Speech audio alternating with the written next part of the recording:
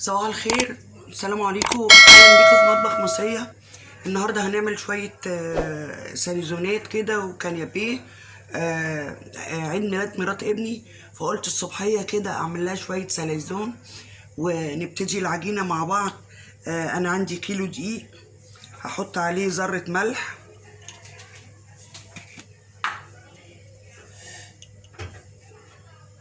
كده،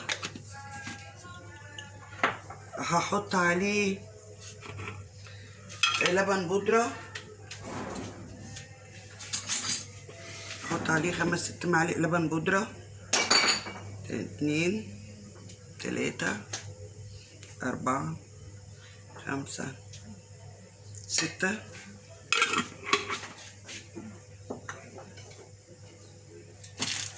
احط عليه باكو بيكنج باودر،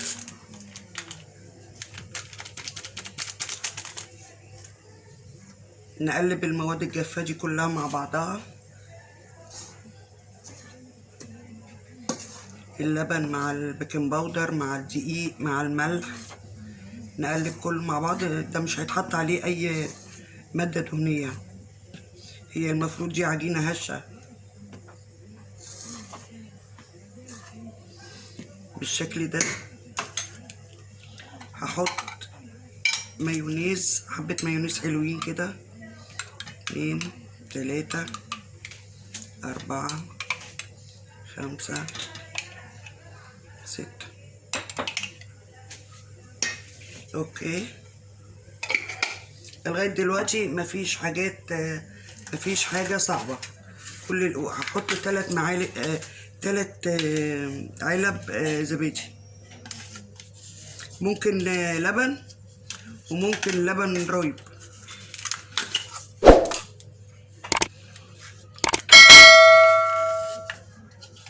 كده. ما عملناش برضو لسه لغاية دلوقتي حاجة غريبة. انا بعمل العجينة الهشة الطرية اللي هعمل بيها الساليزون.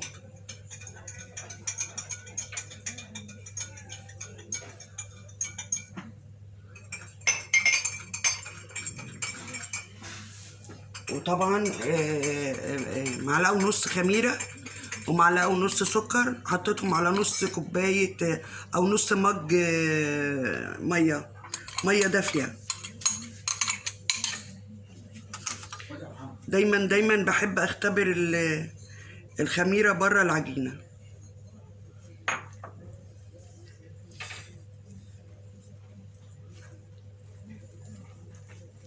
نعجنها مع بعض،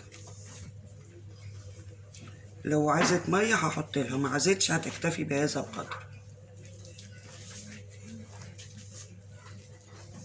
العجينة دي محببة لقلبي جدا، هشة وطرية وجميلة، ويتعمل منها أصناف حاجات حلوة.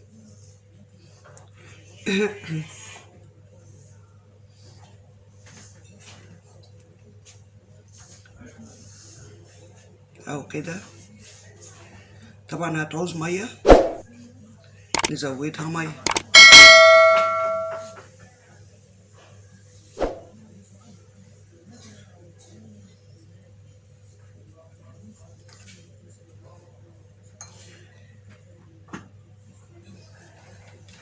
حد يجيب لي مية يا ولاد.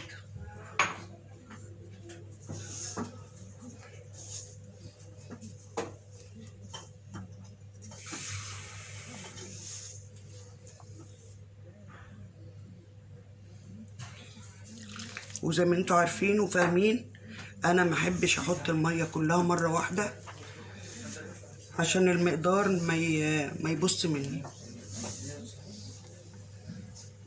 كده بس.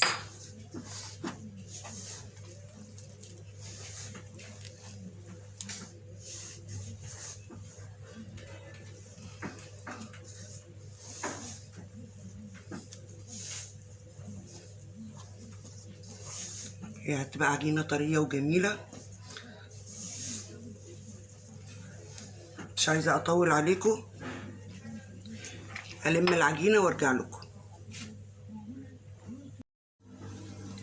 انا كده عجنت العجينة، لميتها بالامانة، يعني عجينة حلوة جدا. عايزه لافضل النتائج اعجني ياما، افضلي اعجني في العجينه ياما تديكي عجينه طيعه وجميله. بس انا مش عايزاها ناشفه ولا عايزاها طريه، يعني هي تكون للاقرب للطريه مش للناشفه. هي عجنتها وبقت جميله جدا. هحطها في البوله بتاعتها واسيبها حسب جو المطبخ عندك، نص ساعه 45 دقيقه حسب جو المطبخ عندك. جميله جدا جدا.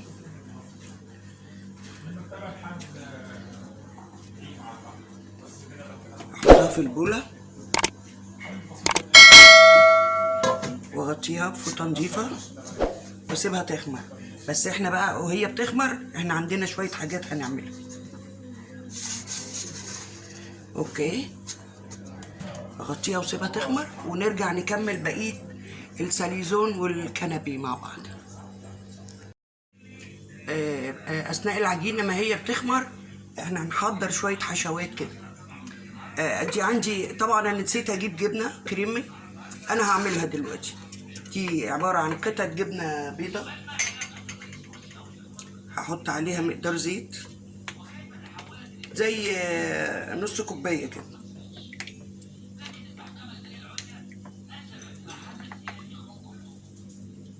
وانا بتحكم في السمك بايدي، يا ازود السائل يا لا.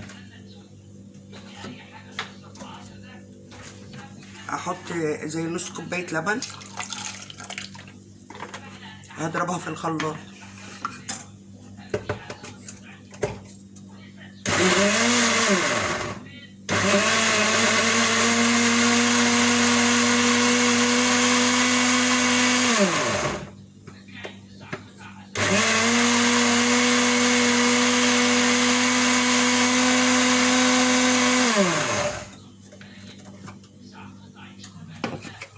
انا كده عملت جبنه كريمي تحفه.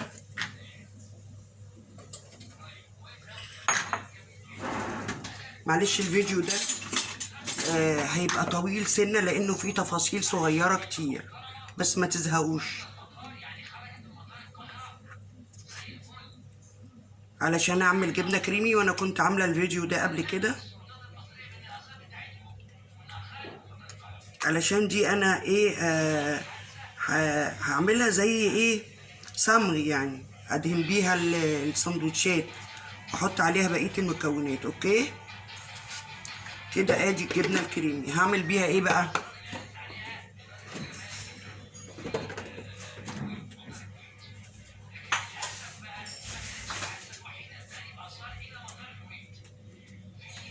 اعمل بيها احط عليها نعناع ناشف،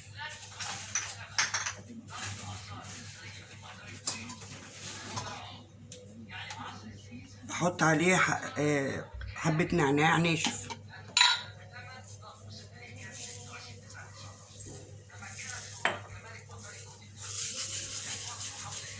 كده. ممكن تحطي زعتر وزيت زيتون، الحشوه اللي انت عايزاه او الطعم اللي انت عايزاه كده. كمان حبه صغير، ريحته حلوه قوي قوي قوي.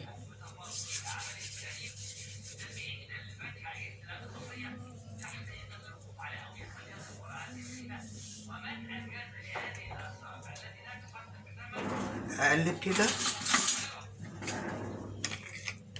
ادي اول حشوه عملنا جبنه كريمي بالنعناع. دي حاجه.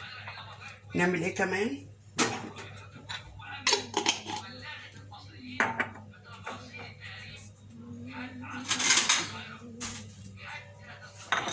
معانا تونه. انا كل ده بجهز الحشوات للساليزون لما يستوي. انا هشيل الميه بتاعته، انا مش عايزاها يعني فيها زيت.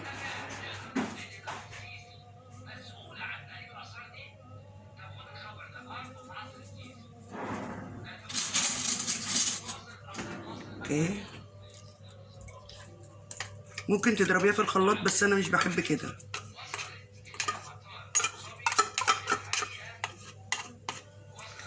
هي مفتته اوريدي، افتتها كده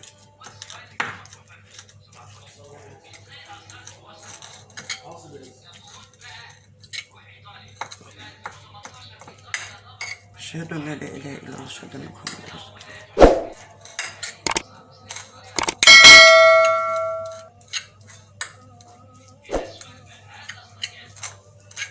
نص ليمونة بقى.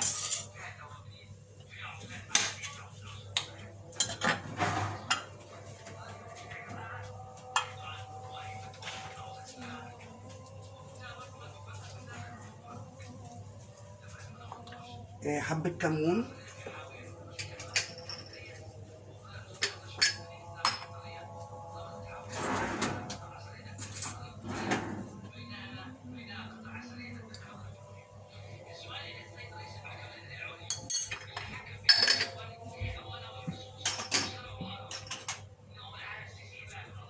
فلفل أسمر. عايزة سبايسي حطي شطة.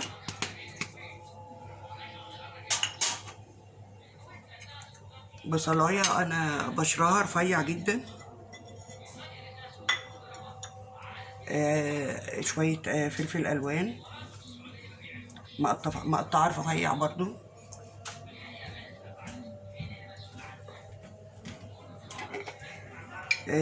معلقتين مايونيز.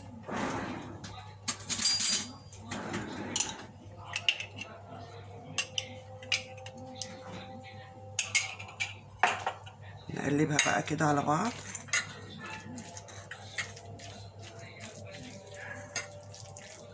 طعمها طبعا تحفة، حتى من غير الساليزون او حاجة ممكن تتعمل سندوتشات للولاد في المدرسة الصبح، جميلة جدا.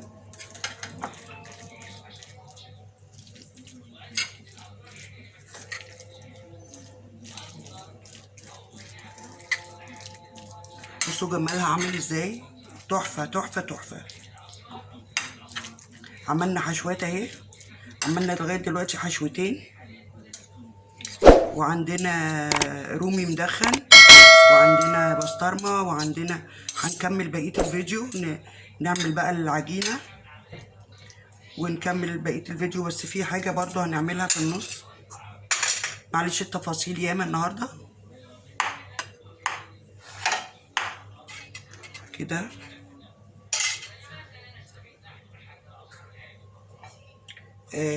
نكمل بقية وصفتنا وارجع لكم. انا هعمل جزء كنابيه كده بالعيش التوست. انا بجيب عيش توست واقطع الجناب دي، ممكن نستفاد بيها نحمصها كده.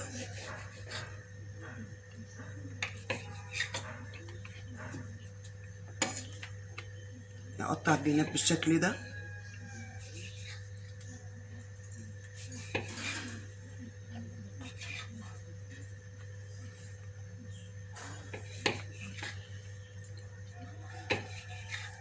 كده اهو. انا هعمل بس الجزء ده اوريك التقنية بتاعتها، وهكمل بقى مع نفسي.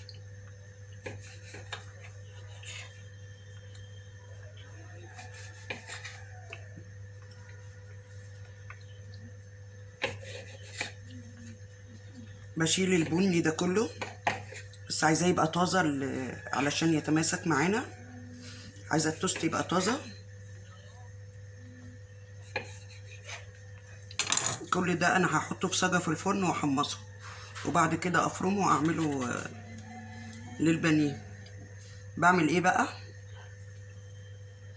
بجيب دي احطها على دي،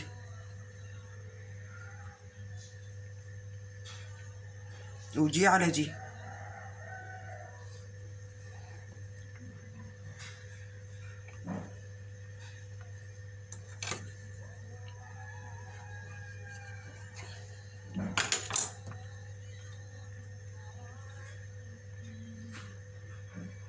كده نعدله دي كده.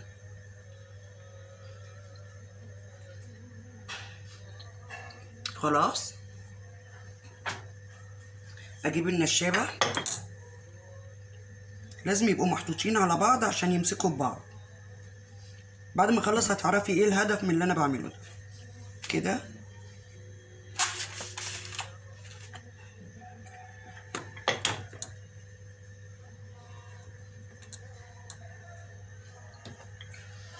التكه كده كده.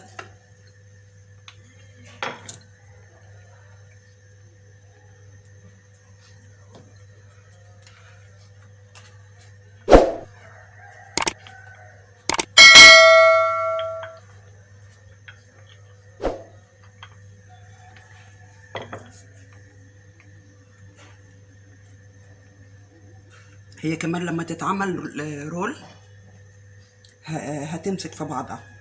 نعمل ايه بقى؟ ناخد حته جبنه كريمي كده من اللي عملناها،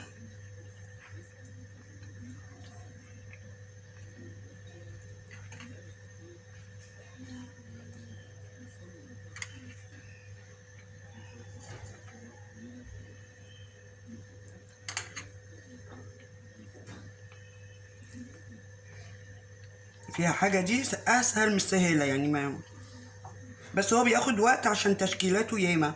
انت ممكن تعملي نوع واحد من اللي انا هعمله او نوعين، مش لازم كل الانواع اللي انا ده كمان انا بختصر.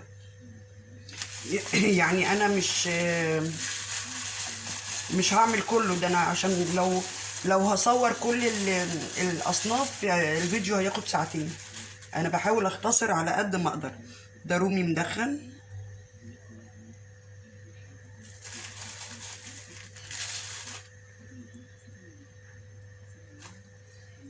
ايه ده بالمنظر ده. حطي بقى اللي مزاجك فيه، اللي انت عايزاه حطيه. انا هحط زيتون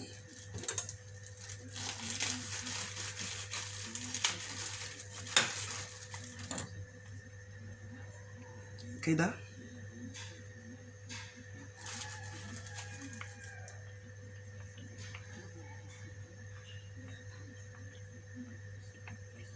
كمان واحده.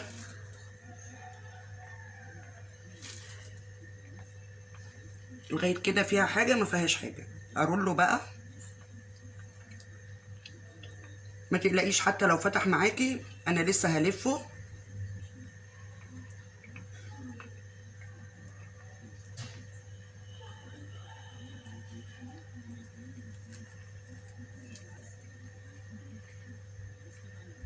حتى لو فتح معاكي ما تقلقيش، انا لسه هلفه ولسه هيتحط في التلاجة، هيمسك في بعض ولما تيجي تقطعيه هيبقى تحفه.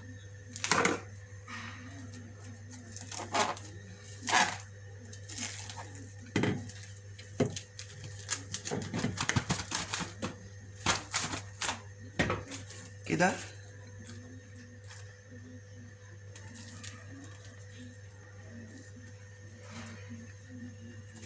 اتك عليه وانا بقفله، اتك عليه جامد.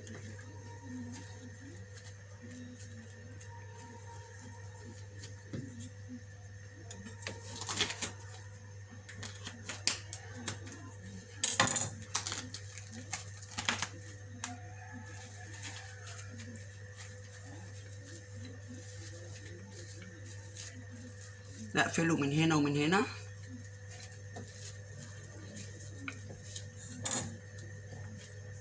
واحطه في التلاجة لغايه عبال ما اخلص بقيه المقادير، اطلعه وهنبقوا نقدموه مع بعض. انا هكمل بقيه المقدار عشان ما اطولش عليكم. العجينه خمرت طبعا، انا جبت جزء منها وفردتها.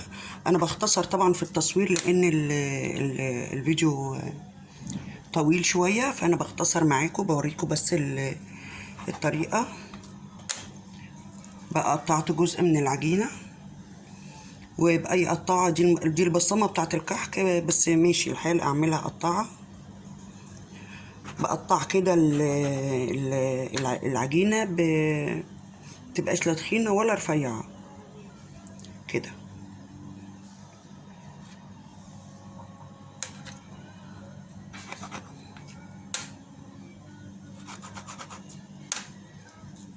سهلة قوي والعجينة طرية وجميلة. لو لزقت معاكي ولا حاجة نقطة زيت يا اما حبة دقيق.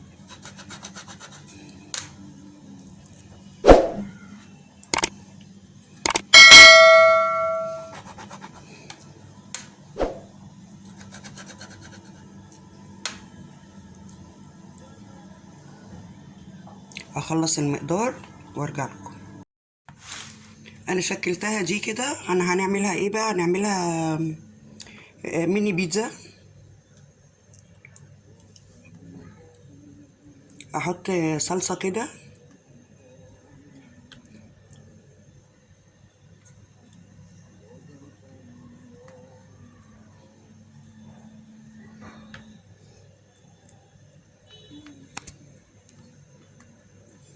ده نموذج بس انا بعمله كده اوريلكم، وانا هكمل المقدار. انا هحط ايه يعني حاجات بقى ميني، مش هي ميني بيتزا، يبقى حاجات ميني، حاجة حمرا. ما حطيتش طماطم طبعا، حاجات صغنونة كده. خلي عندك طولة بال، الحاجات دي عشان تنجح لازم يبقى عندك طولة بال. هو انا غلطت، انا النهارده مستعجلة برضو، بس ما كنتش عايزاها بايتة. انا كان ممكن اعملها بالليل، بس مش عايزاها بايتة، عايزاها طازة.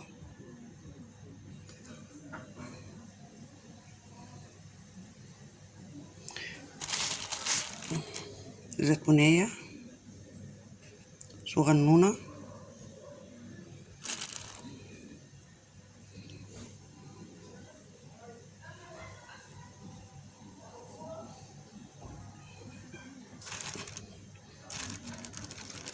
يعني لو معاكي حد يساعدك يرصلك، معانا ربنا بقى. حتة بسطرمة صغننة. مشكلة اللي ما عندهاش بنات دي.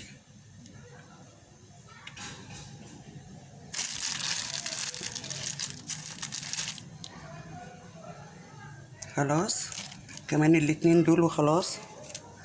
حتة بسطرمة صغننة كده.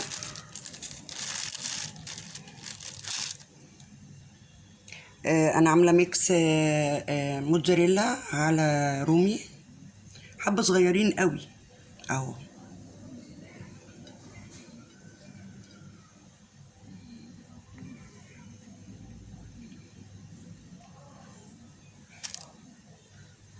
حبة صغيرين قوي كده على الوش، حتة صغننة كده. طولي بالك وانتي بتشتغلي، اصل انا بقولك وبقول لنفسي كمان، يعني بقولك طولي بالك وبقول لنفسي اطول بالي برضه. بصوا المنظر جميل قد ايه. اكمل بقية المقدار وارجع لكم. الصاج ده بقى هعمله كايزر صغير جدا. هعمله جبت حتة عجينة اهي، بقطع منها واعملها كور صغيرة جدا. هحط عليها سمسم، هدهنها نسكافيه وصفار بيض، واحط عليها سمسم من فوق او حبة البركة. اكمل المقدار وارجع له. احنا انا عملت الجزء ده، خلصت البيتزا اهي. هعمل اللي هو الكايزر المدور الصغير ده. خلصت الصاج كله، وجبت نسكافيه ودوبته في صفار بيضة ومعلقة لبن. استنوا عشان انا نسيت حاجة، لازم احط رشة ملح وفلفل اسمر. اوكي، اخلص المقدار. انا قلت كده بس اوعوا تزهقوا، واوعوا ما تركزوش في اللي انا بعمله، خليكم مركزين معايا. انا فردت العجينة، قطعت منها شرايح على اساس ان انا اعمل منها ضفيرة. ممكن احط في نص الضفيرة كده، في النص كده.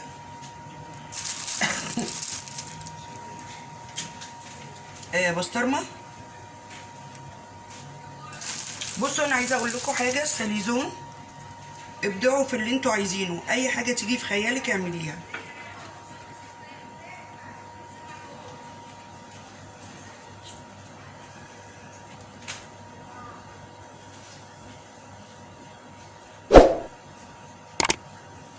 تفيره، مش بتعرفي تعملي تفيره؟ اهي تفيره. اوكي، اعمل ايه بقى؟ اقص كده،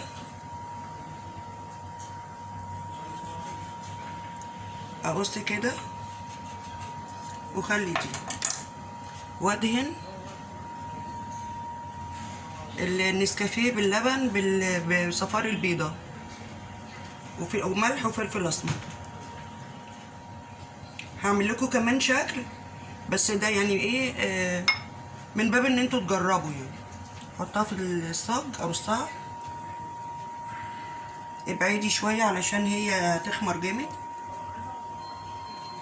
في حاجه كمان نعملها، اقطع دي عريض كده شويه،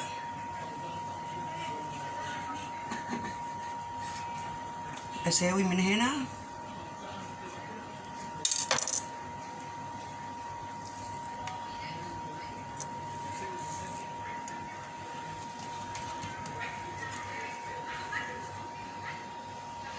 كده.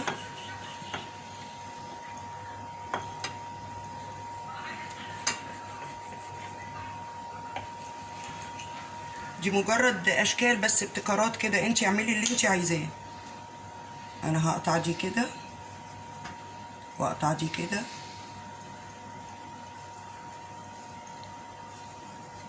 من الناحيه التانيه برضو.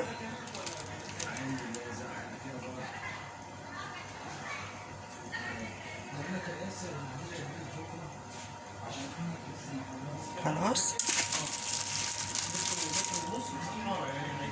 حته بسطرمه كده، زيتونه.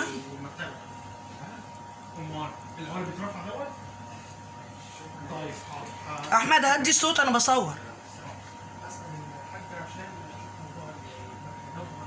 اعمل واحده كده، بصوا ازاي، واحده يمين وواحده شمال، واحده يمين وواحده شمال. ادخل الزيتونيه اللي وقعت مني دي، واحده يمين وواحده شمال، هتبقى بالمنظر ده.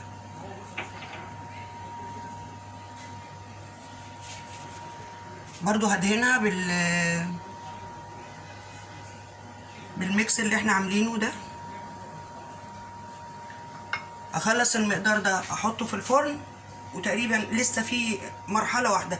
اكيد 100% النهارده انتوا زهقتوا مني، بس مضطر اعمل الفيديو ده، هو طويل بس مفيد.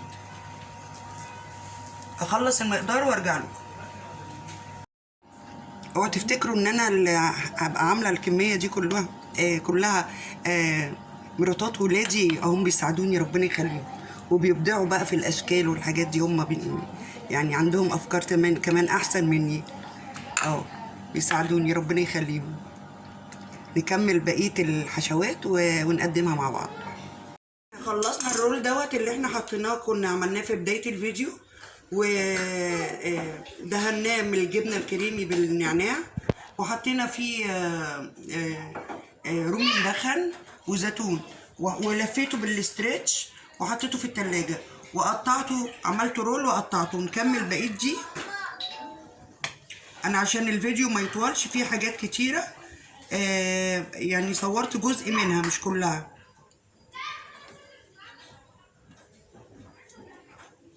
انت بقى دي حاجات من افكاري، انت بقى ابدعي وشوفي ايه اللي يريحك وايه اللي يعملك، وعندك الامكانيات كلها، حاولي تعملي على ذوقك. انا اديت افكار بس. اوكي، نرصها بالشكل ده.